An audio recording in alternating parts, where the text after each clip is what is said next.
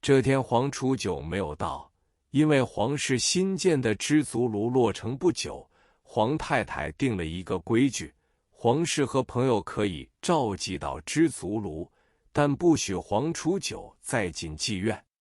朱斗文对我说，黄初九的一份由我一尊就教。又隔了2天，他带了一个福建厨子到知足炉去借地请客。知足炉地处爱多亚路，是3层楼，黄氏的家眷住在3楼，2楼是烟炕和打牌之所，底层的大厅是专供宴客用的。朱斗文和我等到了那边，对黄初九轻轻讲了几句话。黄说，陈村人本来是相识的。再一看每期广告一格，计费4元，全年52期，共计200元。他也不说一句话，就在合同上签了字。郑耀南在旁看得呆了，他为我细细一算，8份合约，1年可收1600元。他说，存仁兄，你的康健报出5年也用不完这些钱，这般收获令人羡然。萧红老四在上海已成了名，举止比一般明星还阔。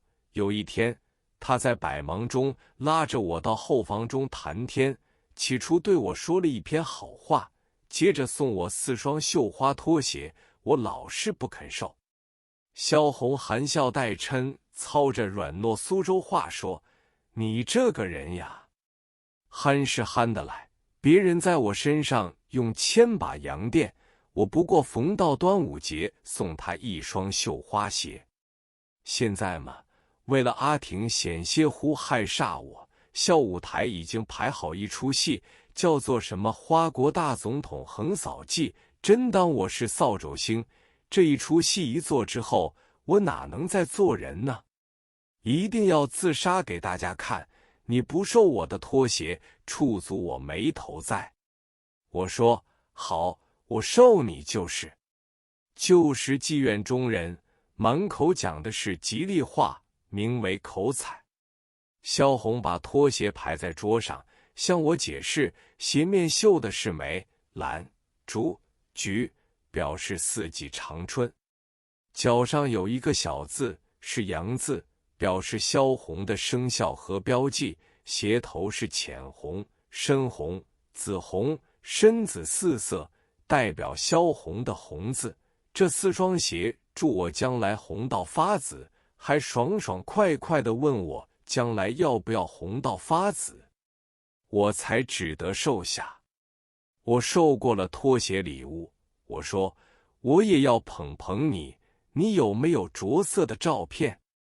由我转送给几个办画报的朋友去做封面。萧红顿时笑得2眼只剩一条线，说，我明天打电话约你，一同到大马路宝记照相馆去拍照。那时五彩照还没有发明，宝记的着色照片是有名的。次日，萧红竟然坐了一辆开篷的顺风牌汽车到我处来，幸亏他叫一个穿着白号衣的车夫来叫我。我觉得这事情张扬开来太糟糕，但是突如其来身不由己，一下子就坐上他的汽车，经过4马路望平街一带。大家都认识花国大总统萧红，认识我的人还少。可是终于消息传到我四伯父那里。一天下午8时，四伯父亲自找到我住处马棚楼上来，那时我还未归家，他很气恼地苦候着。等到深夜12时，我喝得醉醺醺的回来，四伯父一见到我，2眼含泪说，阿元，你真是大变了，这样下去10年窗下都是白费，眼见你堕落即在目前。我一点也不解释经过，当面立一个誓，说明天起再也不到这种地方去了。从此以后，阿挺横请竖请我都不去，有事情商量到菜馆中倾谈。后来阿挺赴美国，金城富商，声名显赫，到香港来总是找我。萧红是广东人，亦在香港久居，开口都操广东语，苏州话只当不懂，前世一句都不承认。她已嫁的一个大商人，归宿很好，年龄亦有60多岁了。出《康健报》风行一时，我在中英世家1年后，共于之下，每天总有2、3个人请我看病，当然都是亲戚和朋友，有些送钱，有些不给钱。这个情形，老师毫不介意，但是别人看了，认为是饭店门前摆周档，怪不好意思。因此，我决定向老师说明，要自己设立诊所，兼办《康健报》。老师一口应允，于是我就想到办报以望平街为最适当，诊所以南京路，俗称大马路为最相宜。于是我就找到一个两全其美的场所，在望平街南京路转角柏林花纸行和欣欣照相馆的2楼，精租的是哈同洋行。